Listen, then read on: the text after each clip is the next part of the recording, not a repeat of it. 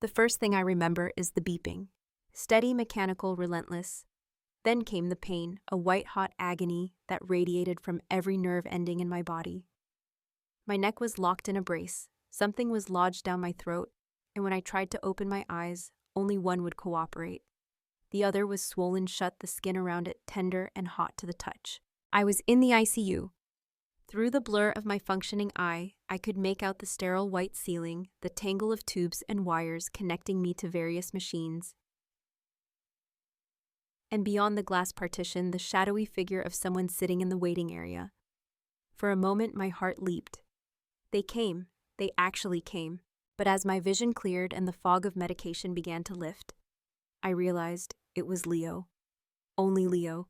My colleague from the accounting firm where I worked, the quiet guy from the IT department, who always fixed my computer without making me feel stupid for not understanding technology. He looked exhausted, his usually neat hair disheveled, his shirt wrinkled, like he had been wearing it for days. The memories came back in fragments, sharp and jagged, like the glass that had shattered around me. The intersection, the traffic light turning green, me pressing the accelerator. Then from nowhere, the blinding headlights, the screaming of metal against metal, the sensation of my body being thrown like a rag doll. The drunk driver had run a red light at 60 miles per hour, T-boning my sedan. On the driver's side. The paramedics told me later that I was lucky to be alive. Lucky, that was the word they used. I must have made some sound because Leo's head snapped up. He was at the glass in seconds, his hand pressed against it as if he could reach through and touch me. His lips moved, forming words I could not quite hear through the barrier and the ringing in my ears. A nurse appeared beside him, then came into my room, checking my vitals, adjusting something on one of the machines. "You're awake," she said gently, her voice too loud in my hypersensitive state. "You've been through quite an ordeal, sweetheart. Try not to move too much. You've had surgery on your spine, your ribs, and your orbital bone. The ventilator will come out soon, but for now, just breathe with it, okay?" I tried to nod, but the brace prevented it. Instead, I blinked once slowly, which seemed to satisfy her. She left and Leo was allowed in, pulling a chair close to my bedside. He took my hand carefully, as if I might break at his touch. Perhaps I would have. "Elara," he said, his voice thick with emotion. "God, I thought we'd lost you. The hospital called your emergency contacts, but I was listed as secondary, so they reached me first. I've been trying to get in touch with your family." At the mention of my family, something cold and heavy settled in my chest. My family, of course. Where were they? Leo must have seen the question in my eye, because he shifted uncomfortably. "Your mom finally answered about an hour ago," he said quietly. "I'm supposed to call her back when you woke up. Let me do that now." He pulled out his phone, his thumb hovering over the screen for a moment, before he pressed the call button.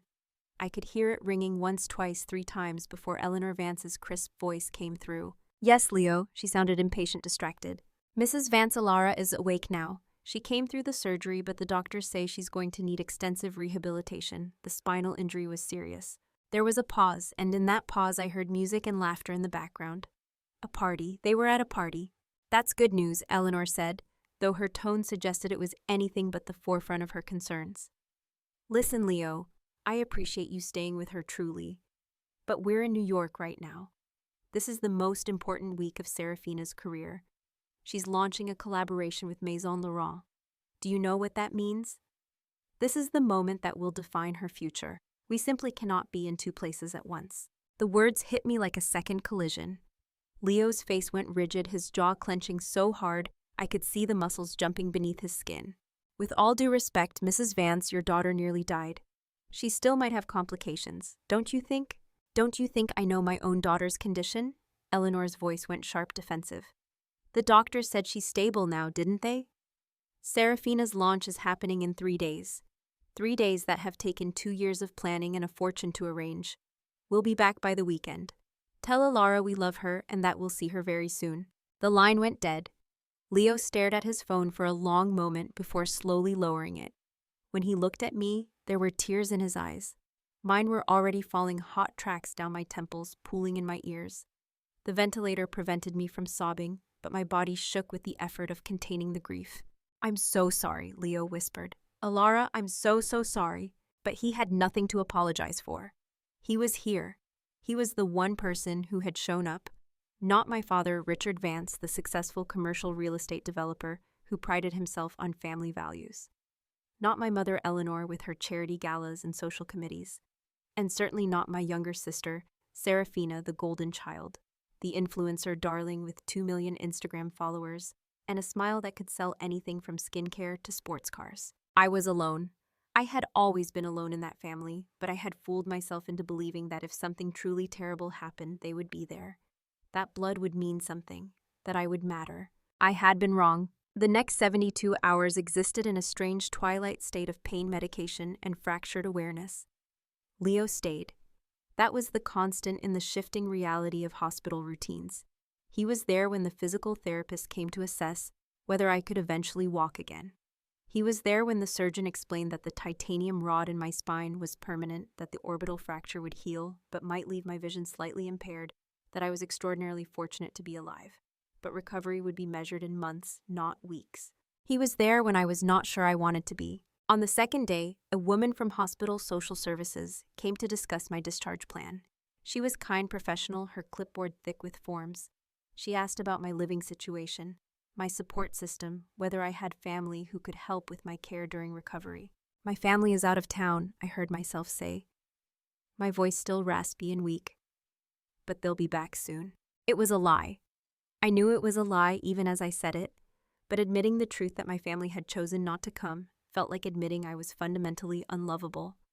The social worker made notes, asked if Leo was my partner. He opened his mouth to correct her, but I caught his eye and shook my head slightly. It was easier to let her assume. It meant fewer questions, less pity. After she left, Leo bought me a notebook from the hospital gift shop.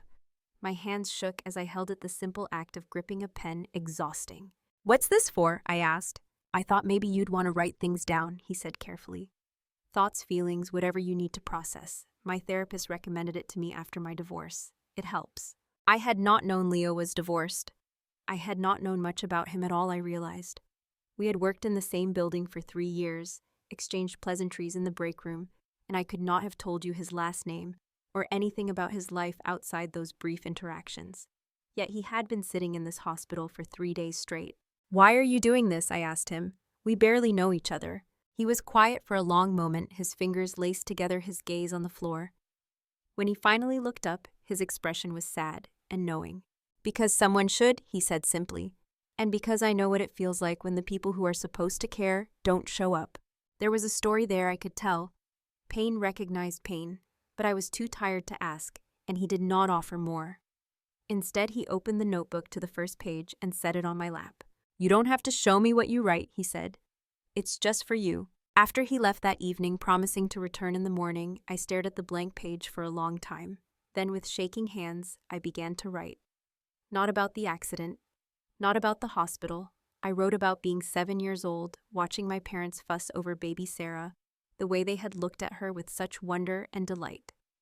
I wrote about being 12 and overhearing my mother tell a friend that I was the practical one, the responsible one, while Sarah was the special one.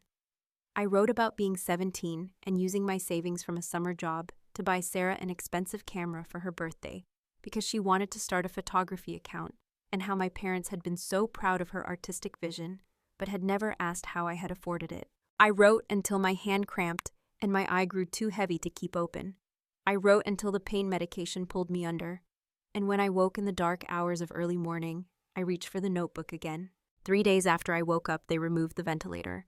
The sensation of breathing on my own again was both liberating and terrifying. My throat was raw, my voice barely a whisper, but I could speak. The first thing I did was thank Leo, who had arrived with coffee he knew I could not drink yet, but had brought anyway, the familiar smell, a comfort. The second thing I did was ask him to bring me my phone. "Are you sure?" he asked carefully, and the way he said it made me think he knew what I was going to find.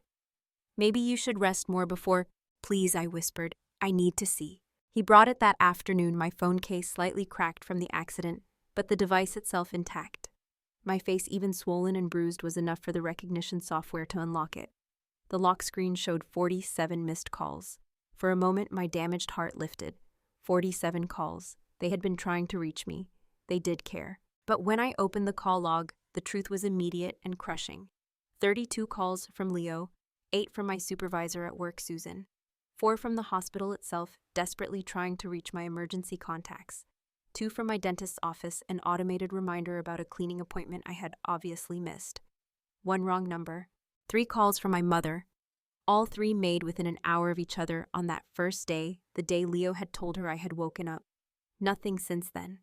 Not a single attempt in 72 hours to check if I was alive, if I was in pain, if I needed anything. The text messages were worse. I scrolled through them with shaking hands. Leo had sent dozens updates and encouragements and simple messages letting me know he was there. Susan had sent 3, all professional and kind, telling me to take whatever time I needed. There was a group text from my book club asking if I was okay after hearing about the accident from someone who had seen it on the local news. From my father, there was one text sent 2 days ago. Keep us updated on your condition. We'll be home Sunday. 7 words. That was what my near death was worth to him. 7 words that did not ask how I was feeling, did not express concern or love or fear. Just an instruction as if I was an employee filing a status report. Keep us updated, not we are praying for you. Not we wish we could be there, not we love you. Just keep us updated and we will be home when it is convenient for us. It was Thursday. Sunday was 3 days away. An eternity when you were lying broken in a hospital bed. An eternity when you were wondering if your spine would heal correctly, if you would walk normally again, if the double vision in your left eye was permanent. But they could wait. Sarah's launch was more important than any of that uncertainty and fear. I opened Instagram with trembling fingers, not sure what I was looking for, or perhaps knowing exactly what I would find and needing the pain of seeing it. My father's account loaded his profile picture, showing him and Sarah at some charity gala, both of them in evening wear, both of them glowing. I was not in the photo, though I knew I had been at that event. I remembered standing off to the side, holding my mother's purse, while she networked invisible as always. The most recent post had been made 18 hours ago around midnight New York time. The timestamp meant he had posted it after a long evening of celebration, after champagne and dinner and toast to Sarah's success.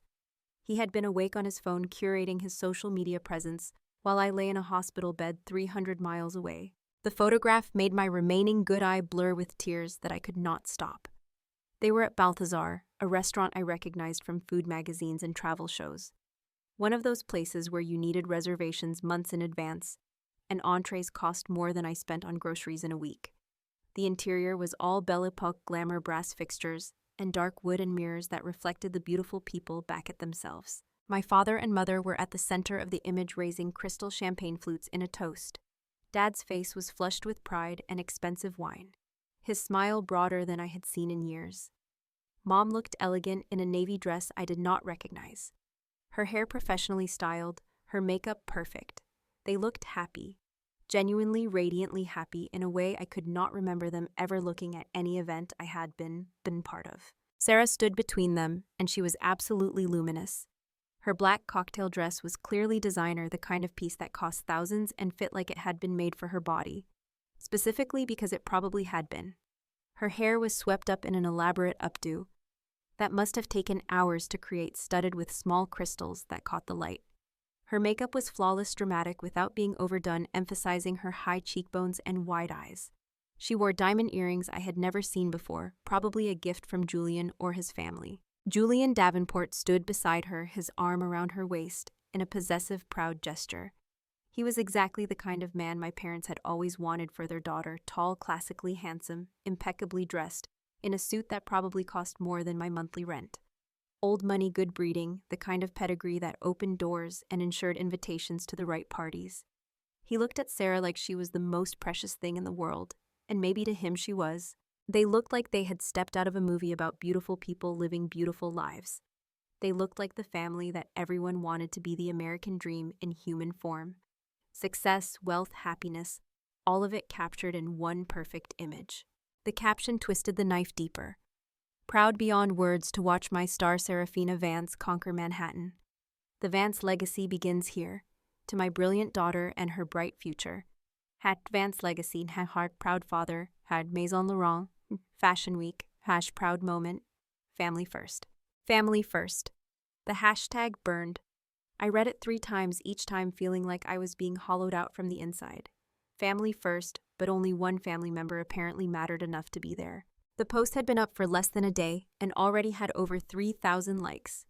The comment section was an endless scroll of congratulations and praise. She's absolutely stunning. Congratulations to the whole family. What an amazing accomplishment. You must be the proudest father alive. Beautiful inside and out. The Vance family is goals.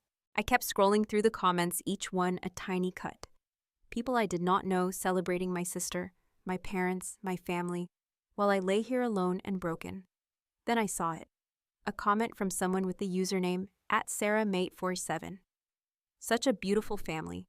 Where's your other daughter? Doesn't she want to celebrate her sister's success? I stopped breathing. Someone had noticed. Someone in the sea of thousands of followers had realized that the Vance family was supposed to have 2 daughters, not 1. Someone had asked the question I had been asking myself my entire life. Where was I in this picture? My father had not responded to that comment.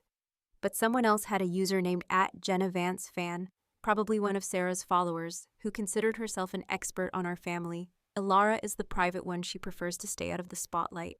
She supports her sister from behind the scenes. The lie was so smooth, so plausible, that dozens of people had liked it. Of course, that made sense. Every successful person needed someone behind the scenes. Every star needed a supporting cast. I was not excluded. I was just playing my natural role as the invisible sister who preferred it that way. As if I had a choice. As if I had been invited to New York and had declined. As if staying behind while my sister was celebrated was some kind of preference rather than a pattern that had been set before I was old enough to understand what it meant. I scrolled back through my father's feed with morbid fascination, documenting my own systematic erasure. Post after post of Sarah at a gallery opening standing in front of a contemporary art piece looking thoughtful and cultured. The caption talked about supporting young artists. I had not been invited. Sarah being interviewed for a podcast about building a personal brand. My parents in the audience beaming.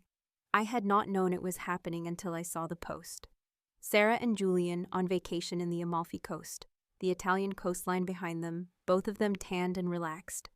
A family vacation I had not been told about. My parents appeared in many of the photos, always in proximity to Sarah, always glowing with pride. There were posts from charity auctions where Mom served on the committee, restaurant openings where Dad had invested, influencer events where Sarah was a guest of honor. Always together, always a unit, always a family. A family of 3. I kept scrolling, going back months, then years, searching for any evidence that I existed in this carefully curated version of our family's life. I had to go back 4 months before I found myself in a photo, and when I did, I almost missed it. It was from Easter, a family brunch at some upscale restaurant. The photo showed my parents and Sarah around an elegantly set table, pastel decorations, and elaborate floral arrangements visible in the background.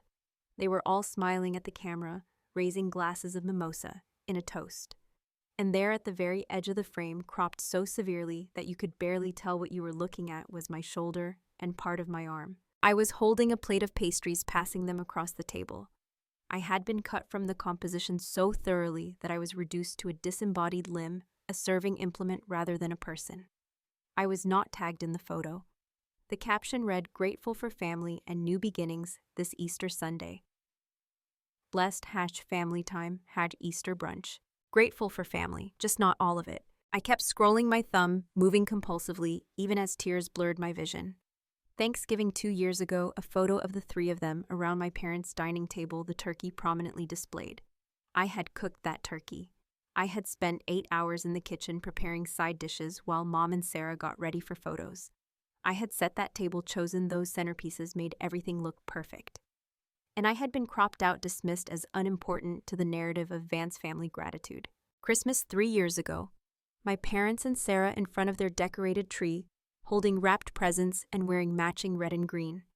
I had bought half those presents, wrapped them myself, put them under the tree. I was nowhere in the frame. I searched my memory and realized I had been taking the photo playing photographer because someone needed to, and of course it would be me. Sarah's 21st birthday party, a surprise celebration at an expensive restaurant. Balloons, cake, a crowd of her friends, and my parents raising glasses. The caption talked about what an amazing daughter she was, how proud they were of the woman she was becoming. My 25th birthday had passed without acknowledgement. No party, no post, no celebration.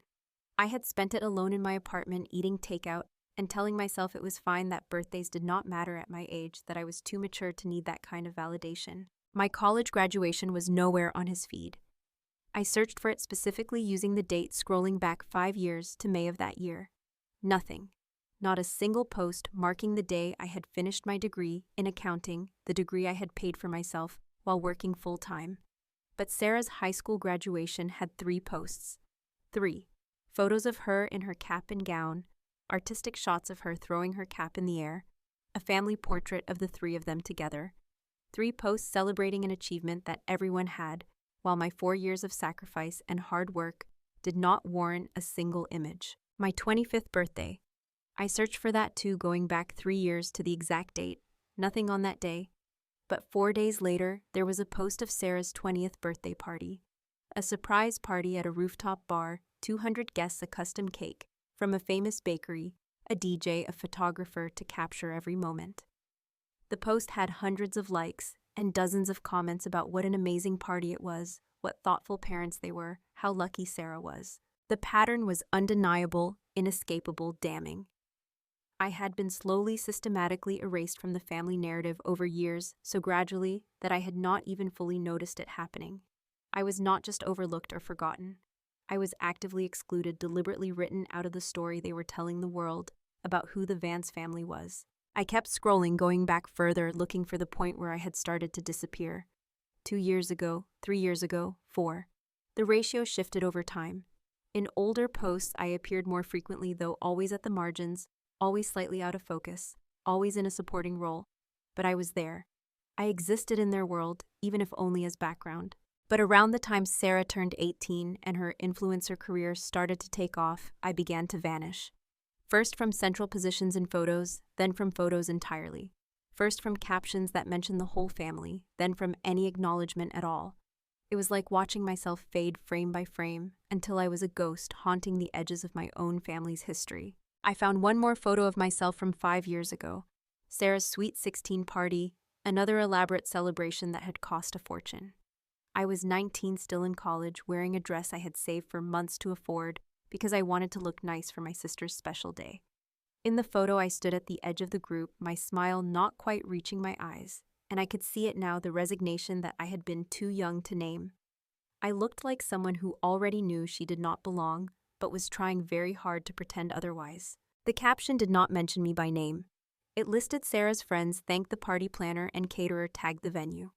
I was as invisible in the text as I had been learning to be in life. I locked the phone with shaking hands and let it fall onto the blanket covering my lap. The screen went dark, and I saw my reflection in the black glass. My face was still swollen, bruised in shades of purple and yellow and green. The left side was worse, where the orbital bone had shattered. They had told me the swelling would go down, that the bruises would fade, but that I might have some permanent changes to my facial structure. I might not look quite the same when I healed. I wondered if anyone in my family would notice. I wondered if they had ever really looked at my face closely enough to see the difference. The pain medication was wearing off. I could feel it in the way my spine began to scream, the way my ribs ached with each breath, the way my head throbbed in rhythm with my pulse. But the physical pain was nothing compared to the hollow ache in my chest, the sensation of having something vital scooped out and replaced with cold air. I had spent 28 years trying to earn their love, 28 years sacrificing and supporting and staying quiet, and hoping that eventually, if I was good enough, helpful enough, undemanding enough, they would see me. They would value me. They would love me the way they so obviously, so publicly, so completely loved Sarah. But lying here in this hospital bed, scrolling through years of documented evidence of my own erasure, I finally understood the truth I had been running from my entire life. It was not that I had not done enough. It was not that I had not been good enough. It was that they had decided long ago, probably before I was old enough to understand what was happening, that I was not the child worth investing in. That Sarah was the star, and I was just the support system.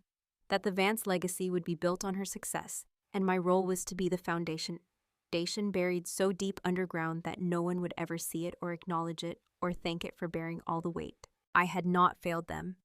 They had failed me, and they had done it so consistently, so thoroughly, so publicly, that they had documented it themselves, photo by photo, post by post, caption by caption, for thousands of strangers to see. Everyone could see what I was only now allowing myself to acknowledge. I did not matter to them. I had never mattered to them, and I never would. The realization did not come with anger or rage. It came with a strange cold clarity, like the moment in a fever when your temperature finally breaks and you can think clearly again even though you are weak and exhausted. The delusion had broken. The fantasy that I was part of this family in any meaningful way had shattered as completely as my spine. And in the space where that delusion had been, something new was growing, something hard and sharp and absolutely certain. They had made their choice. Now I would make mine. "What did you find?" Leo asked quietly. He had been sitting in the corner pretending to read a magazine, giving me privacy. "Proof," I said, and my voice cracked on the word. "Proof that I've been invisible for so long I might as well not exist at all." He came to sit beside the bed, and he did not try to tell me I was wrong or that I was overreacting. He just sat there, present and solid and real, while I fell apart as much as the neck brace and pain and exhaustion would allow. Later that evening, after I had cried myself into a fitful sleep and woken again, I opened the notebook Leo had given me. On a fresh page, I wrote a single line: "What do you do when the people who are supposed to love you choose not to?" I did not have an answer yet, but I was starting to suspect that finding one would change everything. The next 3 days blurred together. Physical therapy was agony. They had me sitting up, then standing with assistance, then taking shuffling steps while holding onto parallel bars. Every movement sent sharp pains through my spine, where the rod had been inserted. The therapist, a woman named Karen with kind eyes and no-nonsense demeanor, kept telling me I was doing remarkably well for someone who had been in a major accident less than a week ago. I did not feel remarkable. I felt broken and abandoned and so tired I could barely think. But I kept moving because the alternative was to lie in that bed and wait for people who were never going to come. Leo brought me things from my apartment: comfortable clothes, my own pillow, a framed photo of me and my college roommate at graduation. He did not bring any photos of my family, and I did not ask him to. He also brought my laptop, setting it up on the rolling table so I could check my work email if I wanted, though my supervisor had already sent a message saying I should take all the time I needed. "Your rent is due on the 1st, Leo mentioned on day 5. "I have your keys. Do you want me to handle it?" "The 1st of the month." I had completely lost track of dates. My rent was auto-paid from my checking account, but there were other bills, other responsibilities. My car was totaled, I knew that much. Insurance would handle it eventually, but I would need to deal with that. Life kept moving forward, even when you were barely clinging to it. "There's a folder on my desk labeled Bills," I told him. "Everything important is in there. Can you bring it?" "Of course. Anything else?" I hesitated, then said, "My mail. Can you bring my mail?" He must have heard something in my voice, because he looked at me carefully. "All of it." "All of it." He brought it the next afternoon, a rubber-banded stack of envelopes and flyers. I sorted through it slowly, my hands still shaky. Credit card statement, utility bill, junk mail for a furniture sale, and then near the bottom, a large manila envelope with a return address from Whitmore and Associates attorneys at law. It was addressed to Mr. and Mrs. Richard Vance at their home address on Sycamore Lane. But someone had crossed out that address and written mine instead in red ink. The envelope had been opened, the flap torn roughly. "That came to your apartment?" Leo asked, looking at the label. "The mailman sometimes gets our addresses mixed up," I said, which was not entirely a lie. My building and my parents' neighborhood had similar street names. It happened occasionally. Someone must have opened it thinking it was for me, then realized the mistake. That was a lie. I had opened it deliberately. It had been sitting in my mailbox for 3 days before the accident, and I had been curious. At the time, I had told myself I would reseal it and drop it off at my parents' house, that it was wrong to read their mail. But I had read it anyway, unable to resist the pull of finally knowing something about their lives that they had not carefully curated for public consumption. Now sitting in this hospital bed, abandoned and invisible, I was glad I had. Inside the envelope were incorporation documents for a company called Vance Consulting Holdings, LLC, registered in Delaware. Serafina was listed as the sole shareholder and CEO. At first glance, it looked legitimate, a young entrepreneur starting her own business. But the attached documents told a different story. There were contracts showing that my father's real estate company paid Vance Consulting Holdings substantial consulting fees for marketing and brand management services. There were invoices billing for these services amounts in the tens of thousands per month, and there were expense reports showing how that money was spent. Luxury hotels in Paris. Designer clothing purchases first-class flights, expensive dinners, a leased Mercedes. I had worked in accounting for 7 years. I knew exactly what I was looking at. This was a pass-through entity, a shell corporation designed to move my father's income through Sarah's name. She was in a lower tax bracket, and as an influencer could write off almost anything as a business expense. The luxury lifestyle my parents had built for her was being funded by my father's company and deducted as legitimate business costs, while Sarah herself paid minimal taxes because the money was technically business revenue that was immediately expensed. It was sophisticated tax fraud, the kind that required lawyers and accountants who knew exactly how to toe the line of legality and then step deliberately over it. My hands were shaking as I looked through the pages. There were bank statements showing large deposits to Sarah's business account, then immediate transfers out to pay for her lifestyle. There were contracts with brands for influencer deals, but the amounts they were paying her were far less than the lifestyle she was portraying. The gap was being filled by my father's company, creating the illusion that she was far more successful than she actually was. "Hey, Lara." Leo's voice pulled me from the documents. "What is that?" I looked up at him and something must have shown on my face, because his expression shifted from concern to alarm. "It's evidence," I said quietly. "Evidence that my family has been committing tax fraud for at least 3 years, probably longer." He came closer and I handed him the papers. I watched his face as he read his background in IT security, making him quick to understand the implications. His eyes widened, then narrowed, then he set the papers down carefully. "This is serious," he said. "This is federal crime serious." "I know. What are you going to do with it?" I looked down at the documents spread across my lap, at the proof of the lies my family had built their lives on. I thought about my mother's call, her dismissal of my near-death experience, because it conflicted with Sarah's schedule. I thought about my father's Instagram post, his pride in the daughter whose success was purchased with fraud and deception. I thought about Sarah herself, who had built a career on authenticity while living a life that was anything but. "I don't know yet," I said, but that was not entirely true. Deep down in a place I was not ready to acknowledge yet, I knew exactly what I was going to do. I was going to burn it all down. Sunday came, and they did not. My mother sent a text at noon. "Sarah's launch was a huge success. We're exhausted but so happy. We'll be flying home Tuesday instead.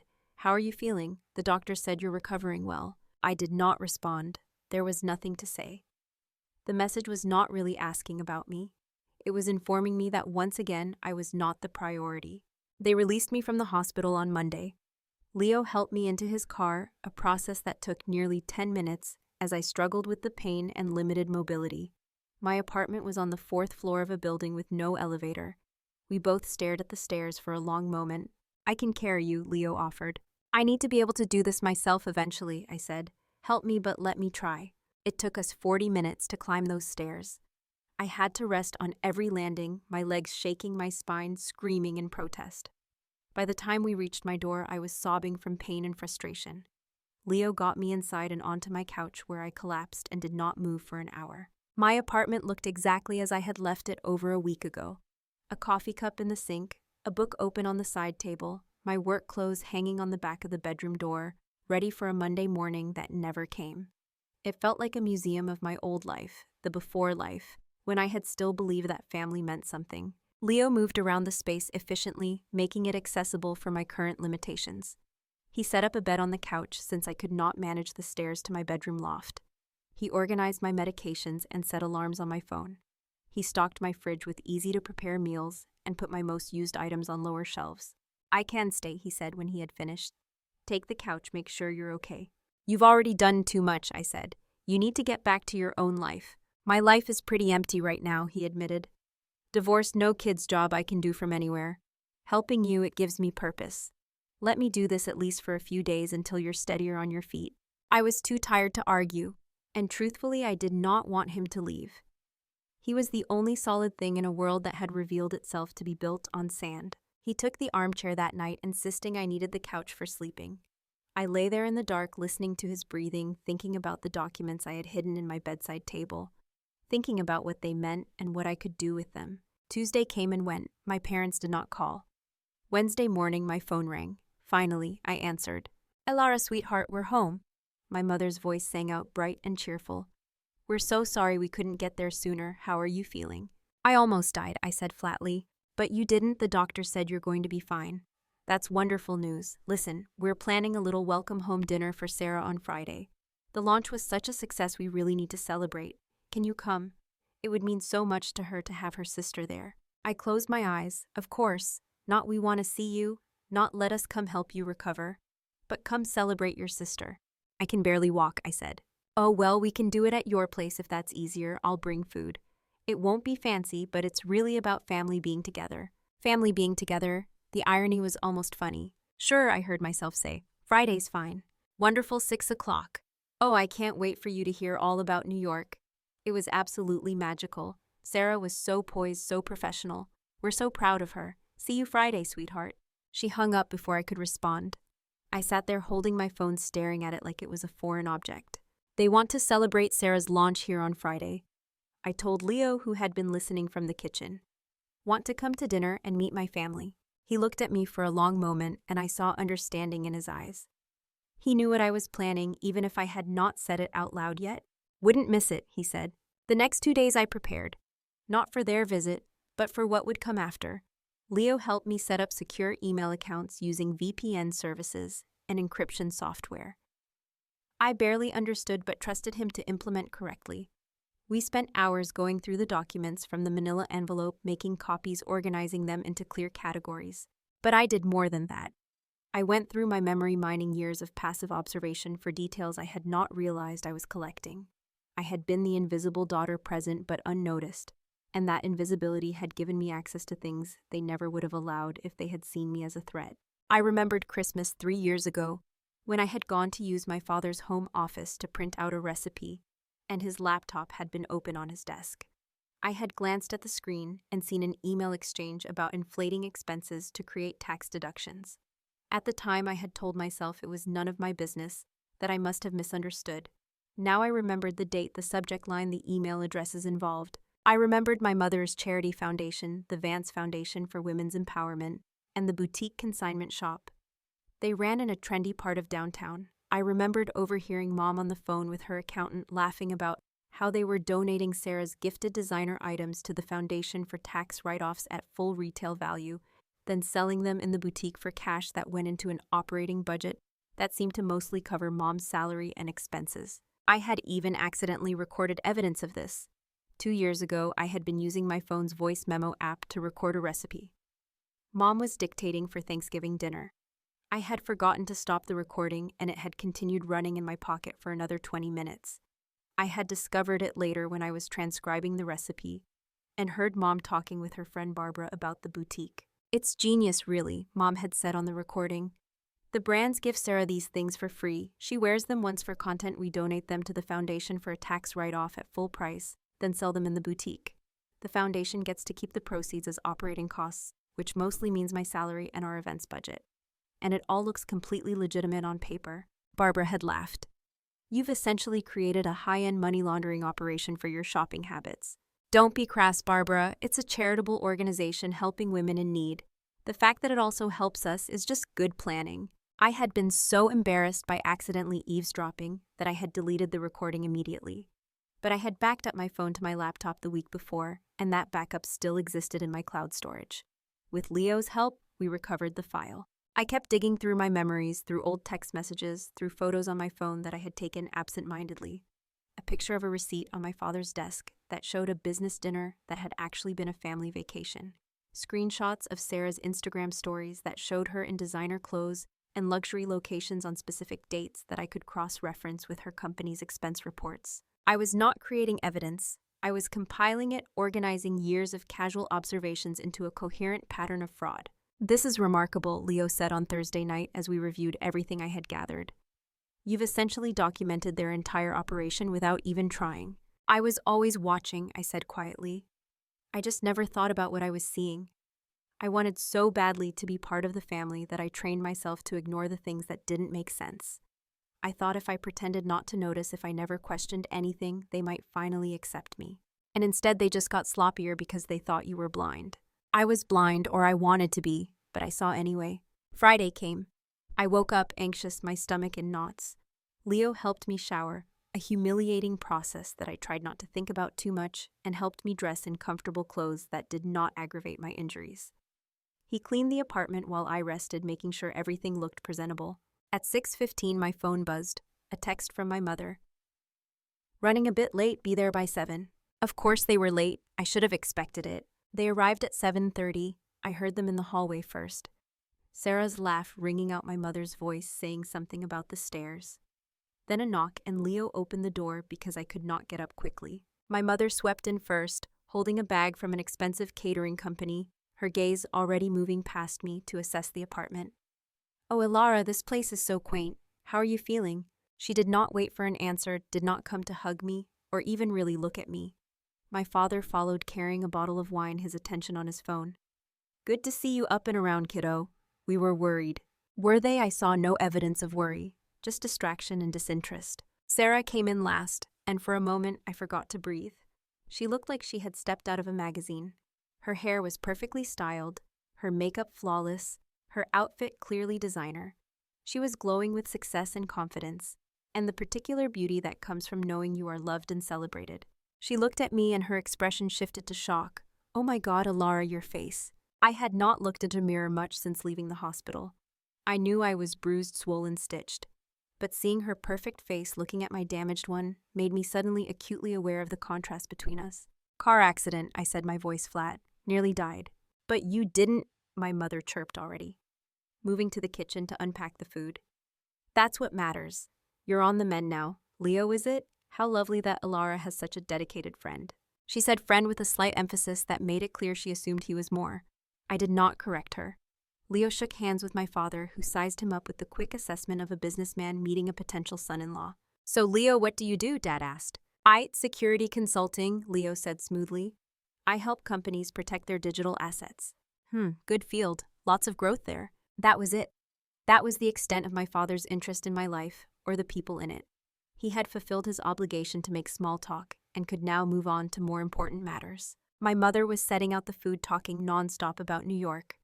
The event was absolutely spectacular. Maison Laurent spared no expense. The venue was this gorgeous gallery in Chelsea, all white walls and perfect lighting.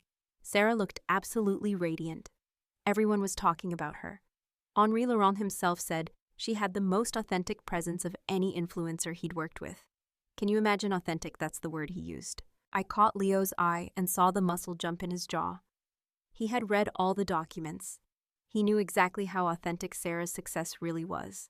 Sarah sat down carefully on the armchair, arranging herself photogenically, even in this casual setting. "It really was amazing, Elle. I wish you could have been there. Everyone kept asking about the Vance family, and Dad was so great talking about the business and our values. Julian's parents were there too, and they were so impressed." "Julian," my mother sighed happily. "What a catch. The Davenports are old money, darling. Real class. His mother was so charming, asking all about our family history. Your father handled it beautifully." I bet he did. My father had built a career on selling people ideas they thought were their own. Selling the Davenports on the Vance family brand would have been child's play. "When's the wedding?" I asked, genuinely curious despite myself. Sarah's face lit up. "Next June. We're thinking somewhere in the Hamptons garden ceremony, very elegant and intimate. You'll be invited, of course. Maybe you could help with some of the planning. I know it's not really your thing, but I could use someone to handle the practical details." The practical one. Even now, even in this moment, that was my role. Not a bridesmaid, not someone worthy of celebrating. Just someone to handle the details, the boring work that let other people shine. "We'll see," I said neutrally. Dinner was awkward and uncomfortable. I could barely eat, my appetite destroyed by pain medication, and the surreal experience of sitting here with the people who had abandoned me while they rattled on about their triumphs. They talked about New York, about Sarah's growing influence, about a possible reality show opportunity that a production company had mentioned. Not once did anyone ask about my injuries beyond the superficial. Not once did anyone apologize for not coming to the hospital. It was as if the accident had been a minor inconvenience that I had already recovered from, rather than a trauma that had nearly ended my life. "Ilara seems tired," Leo said at one point, his voice carefully neutral. "Maybe we should wrap up soon." "Oh, of course," my mother said, already standing, already ready to leave. "We've taken up enough of your evening. Sarah has an early morning shoot tomorrow anyway. Skincare brand, very exciting." They left in a flurry of air kisses and vague promises to visit again soon. Sarah gave me a one-armed hug that was careful not to disturb her hair. My father shook Leo's hand again and told him to take care of me. My mother reminded me to rest and call if I needed anything, though we both knew I would not. And then they were gone, and the apartment felt larger and emptier than before. Leo and I sat in silence for a long time. Finally, he spoke. That was one of the most painful things I've ever witnessed. That was them trying, I said. That was them making an effort. Then I'm sorry. Don't be. I'm not anymore. I pulled out my laptop, wincing as the movement stretched my healing ribs. Leo moved to help me, but I shook my head. I needed to do this myself. I want to show you something, I said. Over the next hour, I walked him through what I had been planning. Not just the tax fraud evidence, but everything else I had uncovered. The foundation scam, the bot followers and paid placements that Sarah presented as organic success. The academic fraud, the way my father had donated a substantial sum to Sarah's university fashion program just before her acceptance despite her mediocre high school grades. And I showed him my plan. 3 simultaneous strikes, each one targeting a different pillar of their carefully constructed empire. This will destroy them, Leo said quietly when I finished. You understand that, right? This isn't just embarrassing them or teaching them a lesson. This is criminal prosecution, financial ruin, social exile. This will end them. Good, I said, and I meant it. They ended me every single day of my life. They just did it slowly enough that I didn't realize I was dying until it was almost too late. Are you sure? Because once you start this, there's no taking it back. I thought about that question seriously. I thought about the girl I had been a month ago before the accident. She would have been horrified at what I was planning. She would have made excuses for them, would have found ways to justify their behavior, would have sacrificed herself again and again, because that was what family did. But that girl had died on the operating table, or maybe in the days after, when she realized no one was coming to save her. The woman who had taken her place was harder, clearer, angrier, and she understood something fundamental that the old Alara had never grasped. You cannot love people into loving you back. You cannot sacrifice enough to earn their care. Some people are simply incapable of seeing your value, and staying in their lives, hoping they will change, only destroys you. I'm sure, I said. Help me write the letters. We worked through the night. Leo handled the technical aspects, setting up secure email accounts and encrypted file transfers. I handled the content, drafting 3 separate communications, each one targeted and devastating. The first letter went to the IRS. It was clinical, detailed, and damning. I laid out the structure of Vance Consulting Holdings, provided bank statements and tax returns I had copied from the documents, and included a timeline of suspicious transactions. I highlighted the shell corporation's purpose, the inflated consulting fees, and the lifestyle expenses being written off as business costs. I attached digital copies of everything, organized in folders by year and by type of fraud. I included my contact information not because I wanted to testify, but because I knew anonymous tips were less credible. I was willing to own this. I was willing to face them and tell the truth about what they had done. The second package went to Truth and Privilege, Marcus Chen's investigative blog. I had followed his work for years. He was thorough, ethical, and absolutely fearless when it came to exposing corruption among wealthy families. I sent him everything about the foundation, the audio recording of my mother discussing the scheme, the foundation's tax returns showing suspicious patterns in donations and expenses, and receipts from the boutique that I had collected over the years when I had helped Mom with inventory. I wrote a cover letter explaining who I was, why I was coming forward, and why I believed the public had a right to know that a charitable organization was being used as a personal shopping fund. I did not make it emotional. I made it factual. The facts were damning enough. The third package was the most carefully constructed. It was going to 2 targets: Henri Laurent of Maison Laurent and Catherine Davenport, Julian's mother.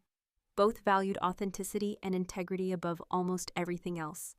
Both had built their reputations on those values, and both were about to learn that they had aligned themselves with a family built entirely on deception. I included evidence that Sarah's entire career was manufactured. Screenshots showing my father's payments to services that sold followers and engagement.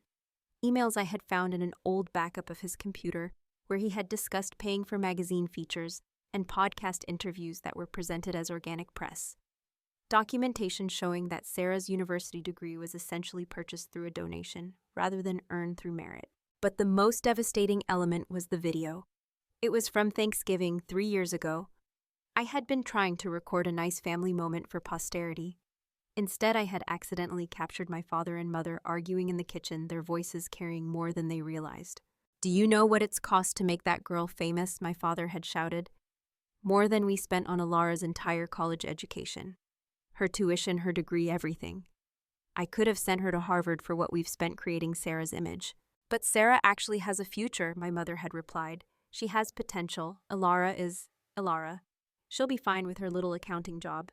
She doesn't need what Sarah needs." "I know that. I'm just saying the numbers are staggering. But you're right. Sarah is an investment. Alara is just maintenance," my mother had finished. "Sarah is the daughter who will carry the Vance name forward. Alara is the daughter who will fade into the background and be forgotten. That's just the reality."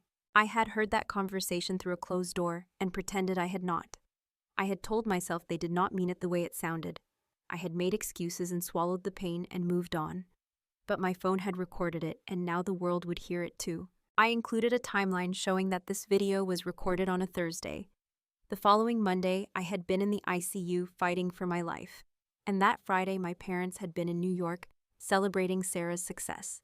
I let the juxtaposition speak for itself. I sent the packages to Henri Laurent at Maison Laurent's corporate office and to Catherine Davenport at the Davenport family's private office in Boston.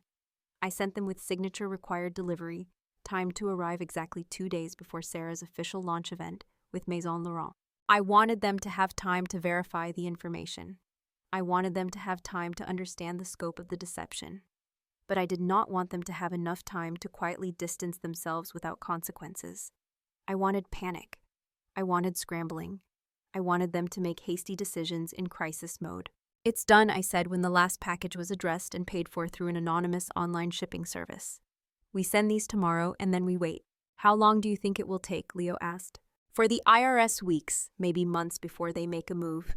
They have to investigate first, but the blog and the families, 3 days, maybe 4. The launch is in a week. Henri Laurent will move fast to protect his brand, and Catherine Davenport will move even faster to protect her family's reputation. And your family will know it was you." "Yes," I said simply. "They'll know. Are you ready for that?" I looked at him, this man who had stayed by my side, through everything, who had asked for nothing in return, who had seen me at my worst and never flinched. "I've been ready for that my whole life," I said. "I just didn't know it until now." We sent the packages the next morning. Leo drove me to 3 different post offices, so nothing could be traced to a single location. We used different payment methods, different return addresses, different handwriting on the labels. Every package was trackable, so we would know exactly when they were delivered. Then we went back to my apartment and we waited. Day 1 passed quietly. I did my physical therapy exercises, trying to regain strength and mobility. Leo worked from his laptop at my kitchen table, his day job requiring only an internet connection. We ordered takeout and watched mindless television and did not talk about what was coming. Day 2, the IRS package was delivered and signed for. I got an email confirmation. Somewhere in a government office, someone was opening an envelope that would trigger a federal investigation. I felt nothing, no guilt, no satisfaction, just a sense of inevitability, like watching dominoes fall. Day 3, the blog package arrived. Marcus Chen signed for it himself. I imagined him opening it, reading my letter, listening to the audio file. He would fact-check everything. He would verify sources. He would be thorough. That was what made him dangerous. Day 4, both packages to Henri Laurent and Catherine Davenport were delivered. Signatures confirmed. I pictured Henri in his office, impeccably dressed, opening the envelope and pulling out the evidence. I pictured Catherine at her desk, reading the cover letter, watching the video. I pictured their faces shifting from confusion to understanding to horror. Day 5 was a Wednesday. Leo was making coffee when his phone buzzed with a news alert. He looked at the screen, then at me. "It started," he said, turning his phone so I could see. The headline read, "Commercial real estate developer Richard Vance under IRS investigation for tax fraud." The article was brief, mostly just confirming that accounts had been frozen and an investigation was ongoing. But it was there in print in the public record. My phone started ringing within minutes. My father's number. I did not answer. It rang 4 more times that morning. My mother called 6 times. Sarah called twice, then started texting. "Call me. Alara, please. We need to talk. Something terrible is happening. I need my sister right now." I read each message as it came in, and I did not respond. She needed her sister now when her perfect life was starting to crack. Where had she been when I needed my sister? Where had any of them been? That afternoon, Truth and Privilege published their article. The headline was devastating. Charity or closet inside the Vance Foundation's designer donation scheme. Marcus Chen had done his homework. He had expanded on what I had provided, interviewing former foundation employees, examining years of tax records, even visiting the boutique undercover to document how it operated. The article went viral. Within hours, it was picked up by major news outlets. My mother's face was everywhere, that elegant, false smile, next to screenshots of the foundation's fraudulent expense reports. The comment sections were brutal. People felt betrayed. They had donated money believing it was going to help women in need, not fund a wealthy woman's lifestyle. My phone was ringing nonstop now. I turned it on silent and put it in a drawer. Leo fielded a call from my supervisor explaining that I was still recovering and would be unavailable for the foreseeable future. The company was understanding. They probably did not want to be associated with the Vance name right now anyway. Day 6 was Thursday. Sarah's launch was scheduled for Friday evening, less than 36 hours away. I wondered if it would still happen or if everything was already falling apart behind the scenes. I got my answer at 2 in the afternoon. Maison Laurent released a statement on all their social media platforms. After careful consideration and recent information that has come to our attention, Maison Laurent has made the decision to discontinue our planned collaboration with Miss Seraphina Vance. At Maison Laurent, we pride ourselves on partnering with individuals who embody the authenticity, integrity, and artistic vision that our brand represents. We believe this decision is in the best interest of our company and our customers. We wish Miss Vance well in her future endeavors. It was professionally worded and absolutely lethal. They had not cited specific reasons, which meant they were probably concerned about legal liability. But they did not need to cite reasons. Everyone could read between the lines. They had discovered she was a fraud and were cutting ties immediately. An hour later, a gossip website posted an article with the headline, "Davenport Engagement, Off Julian Davenport and Influencer Seraphina Vance Call It Quits." Days before major launch. The article cited anonymous sources close to the family, saying the decision was mutual and amicable, but the timing told a different story.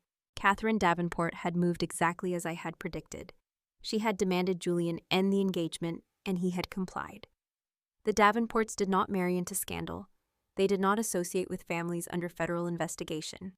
They protected their name above all else. My phone, even on silent in the drawer, was vibrating constantly. Text after text, call after call. I could imagine my family's panic, their desperation, their fury. But I felt removed from it, like I was watching a play I had written, but was no longer performing in. "They're going to come here," Leo said. "You know that, right? When they can't reach you, they'll come." "I know," I said. "Let them come. I want them to." That evening, Marcus Chen published a follow-up article. He had somehow gotten access to more information, possibly from other sources who had seen the news, and decided to come forward with their own stories. The article detailed years of suspicious activity in my father's business dealings, questionable transactions, possible money laundering through real estate investments. The IRS investigation suddenly looked much larger than a simple tax scheme. Day 7, Friday, the day that was supposed to be Sarah's triumph. I woke up early, my body aching but my mind clear. Leo had already started coffee. We sat together in silence, watching the news on my laptop. The story was everywhere now. Business news, entertainment news, even national morning shows were discussing the Vance family scandal. They used phrases like elaborate fraud, manufactured influence, and family deception. They showed the video of my parents dismissing me, though the context was framed around their willingness to sacrifice one daughter for another's fake success. Some commenters were sympathetic to me, the forgotten daughter who had exposed the truth. Others accused me of vindictiveness and family betrayal. I read none of it. The opinions of strangers did not matter. Only the facts mattered, and the facts were destroying them exactly as I had intended. At 11 in the morning, my building's intercom buzzed.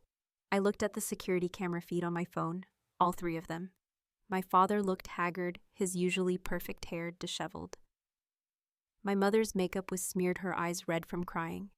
Sarah looked completely destroyed, her face bare of makeup, her eyes swollen nearly shut from sobbing. "Let them up," I told Leo. "Are you sure?" "I'm sure. I want to see them. I want them to see me." He buzzed them in. I heard them on the stairs, my father's heavy footsteps, my mother's heels clicking, Sarah's irregular stumbling. When they reached my floor, they did not knock. They pounded on the door like they were trying to break it down. Leo opened it and they pushed past him. My father's face was purple with rage. My mother looked like she had aged a decade in a week. Sarah was sobbing, barely able to stand. "What have you done?" my father roared. "What the hell have you done to this family?" I sat on my couch, unable to stand quickly because of my injuries, and looked at them calmly. I told the truth, that's all. "You destroyed us!" Sarah screamed, her voice raw and broken. "You destroyed my career, my engagement, my entire life. How could you do this? How could you be so jealous, so petty, so cruel?" Jealous, the word tasted bitter. "You think I'm jealous of you? You always have been?" Sarah advanced on me, her fists clenched. Leo moved to intercept, but I held up a hand to stop him. I needed to hear this. I needed to hear what she really thought. "You've been jealous since we were kids." Sarah continued, tears streaming down her face. "Jealous of my success, my looks, my opportunities. You couldn't stand that I was special and you were ordinary. So you waited until the moment I had everything I ever wanted and you burned it all down because you're bitter and pathetic and—" "Stop," I said quietly, but with enough force that she actually fell silent. "I'm going to tell you something and I want you to listen carefully. I was never jealous of you. I was sad for you." "Sad?" She laughed hysterically. "I had everything. You had nothing," I said. "Everything you thought was yours was bought and paid for by them. Every follower, every opportunity, every success was manufactured. You never actually accomplished anything on your own. They built you a castle made of lies, and you lived in it happily because you never bothered to check if the foundation was real." I turned to my parents. "And you sacrificed one daughter to create another. You decided when I was too young to understand that I wasn't worth investing in. That I was just maintenance while Sarah was the real child, the valuable one. Do you remember saying that? Because I do." "I heard you. I heard all of it." My mother's face went white. "Alara, we never meant—" "Yes, you did," I interrupted. "You meant every word. You meant it when you chose her launch over my life. You meant it when you erased me from every family photo, every story, every moment that mattered. You meant it every single time you made it clear that I only existed to serve her success." "We're your family," my father said, and there was something almost broken in his voice. "How could you do this to your own family?" The question hung in the air, and for a moment I almost felt sorry for him. He genuinely did not understand. He truly believed that blood created obligation, that family was a shield against consequences, that I was betraying some sacred bond. "You want to know why I did this?" I said, and my voice was steady, clear, final. "I'll tell you exactly why." I pulled out my phone and opened to the photo I had saved, the Instagram post from the night I was in ICU. I held it up so they could all see it. "This," I said, "this is why. When I was lying in a hospital bed wondering if I would ever walk normally again, you were toasting to her success. When I was alone and terrified and in more pain than I'd ever experienced, you were celebrating. You didn't just choose her over me. You erased me entirely." My mother started to speak, but I was not finished. "I spent 28 years being the good daughter. The quiet one, the responsible one, the one who sacrificed everything for this family. I paid for Sarah's first photo shoot with my savings. I worked full-time through college so the family money could go to her education.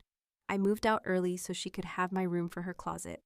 I gave and gave and gave, believing that if I just proved myself valuable enough, you would finally see me. You would finally love me the way you so obviously loved her." I looked at each of them, these people who shared my blood, but had never truly been my family. "But you never did, and you never would, because I wasn't the problem. You were. You built your entire empire on fraud and favoritism and deception. You created a golden child at the expense of everything else, including basic human decency. And when that castle of lies started to crumble, you wanted to blame me for telling the truth, instead of blaming yourselves for living a lie." The silence that followed was absolute. Even Sarah had stopped crying, staring at me like she was seeing me for the first time. "I didn't destroy you," I said quietly. "I just held up a mirror. You destroyed yourselves." My father's face had gone from purple to gray. He looked old, suddenly defeated. "We're being investigated. Our accounts are frozen. We're going to lose everything." "I know. We're your parents, Alara. We need help. We need—" "No," I said, and the word was absolute. "You need a good lawyer and a lot of luck. You don't need me. You never did." My mother stepped forward, her hands clasped together like she was praying. "Please, sweetheart, We made mistakes. We know that now. But we're family. Family forgives. Family helps each other. We can fix this if we work together. You're not my family, I said, and the words felt like freedom. Family shows up when you're dying. Family cares if you live or die. Family doesn't celebrate while you're suffering. You were never my family. You were just people I was related to who took everything I gave and asked for more. I stood up slowly, pain shooting through my spine, and walked to the door. I opened it and stood beside it, my message clear. This is the last time you'll be in my home. This is the last time you'll be in my life. I'm done. But Sarah started. I said I'm done. I looked at her directly. You think you lost your career and your engagement? You didn't lose them. You never really had them. They were built on money that wasn't yours and success that was manufactured. Everything you thought was yours was actually theirs. And now that it's gone, you're finding out who you really are. And I know that's terrifying, but that's not my problem to solve. I turned to my parents. You wanted a legacy. You wanted the Vance name to mean something. Congratulations, it will. It'll mean fraud and favoritism and failure. That's the legacy you built. None of them moved. They stood there in my small apartment, looking lost and broken and small. Finally, my father turned and walked out. My mother followed, casting one last look back at me, her eyes pleading. I felt nothing. No anger, no satisfaction, no regret. Just emptiness where they used to be. Sarah was the last to leave. She paused in the doorway, looking at me with something that might have been understanding or might have been hatred. I could not tell and did not care.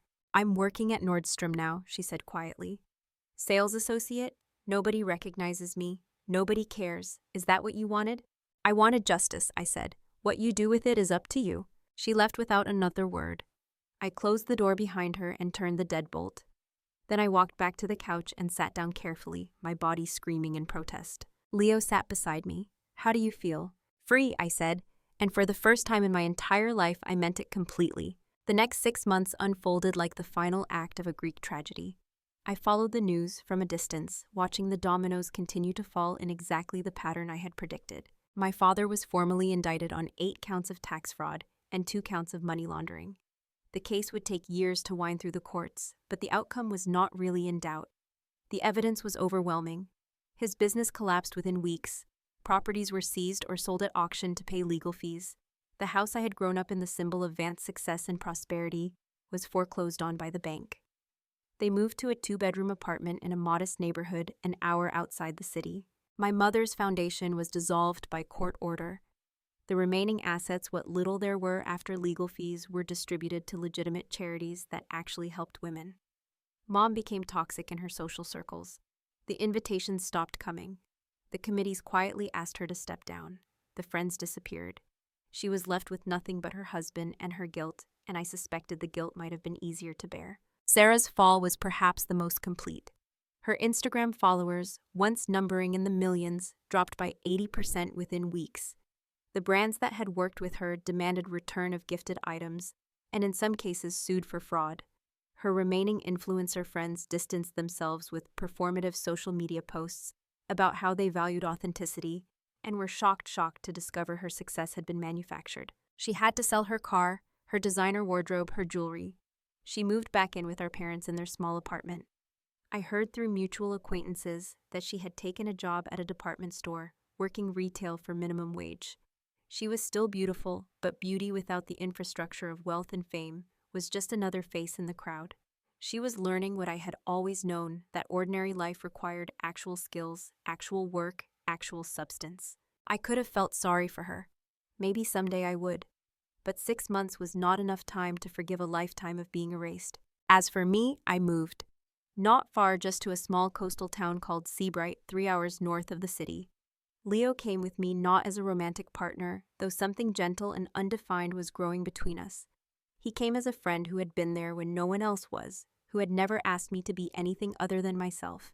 I used the settlement money from the drunk driver's insurance company, a sum large enough to make a fresh start possible. I rented a cottage near the ocean, something small and weathered with a crooked porch and windows that rattled in the wind. It was imperfect and honest and absolutely mine. I started my own consulting firm, Lighthouse Financial, offering accounting services to small businesses and nonprofits. The name was deliberate. I wanted to be the warning that kept others from crashing on the rocks of fraud and deception. I wanted to help honest people stay honest to make sure they never crossed the lines my family had so carelessly obliterated. The work was slow at first.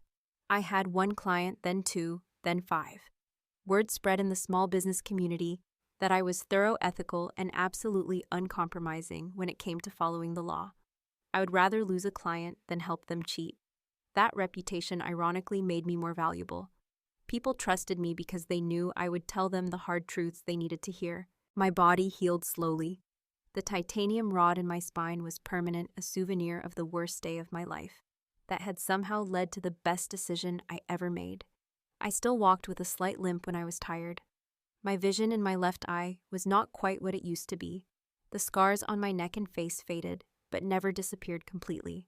I did not mind. The scars were proof that I had survived. Every time I looked in the mirror, I was reminded that I had been broken and had chosen to rebuild myself, rather than return to the people who had shattered me in the first place. Leo and I fell into an easy routine. He worked from the cottage, his consulting business thriving in the remote work economy. I saw clients in the small office I rented in town. We cooked dinner together, walked on the beach, sat on the porch, watching the sun set over the water. It was quiet and simple, and so far removed from the life I had lived in the shadow of the Vance family that sometimes I forgot that life had ever existed. We did not talk about my family often. There was nothing to say. They had made their choices. I had made mine. The only difference was that my choices had consequences for them, while their choices had consequences only for me. That asymmetry had defined our relationship for so long that destroying it felt less like revenge and more like restoration of balance. On a Sunday morning in early spring, exactly 6 months after I had closed the door on them for the last time, I stood on my porch watching the ocean. The water was gray and choppy whitecaps breaking against the rocks. Gulls wheeled overhead, their cries harsh and free. Leo came out with 2 cups of coffee, handing me one without speaking. We stood together in comfortable silence watching the waves. My phone buzzed in my pocket. I pulled it out and saw an email notification from a potential client, a small nonprofit that wanted help setting up their accounting systems to ensure compliance.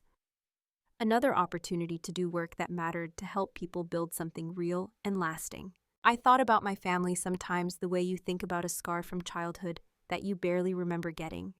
It was part of my history, but it no longer defined me. They had taught me what I did not want to be. They had shown me the cost of living a lie. And in doing so, they had given me the greatest gift possible, the clarity to walk away. People used to ask me what it meant to be a Vance. I never had a good answer because I had never really been one, not in the ways that mattered. I had been the foundation they built their empire on, buried so deep that even they forgot I was there bearing all the weight while they reached for the sky. But that was their definition of me, not mine. I had built my own definition from the ground up using nothing but truth and work and the simple act of choosing myself, of deciding that my life, my integrity, my well-being mattered as much as anyone else's. They had taught me that love was conditional, that family was transactional, that worth was measured in social media metrics and designer labels, and the ability to project an image of success, regardless of the reality beneath it. I had learned something different.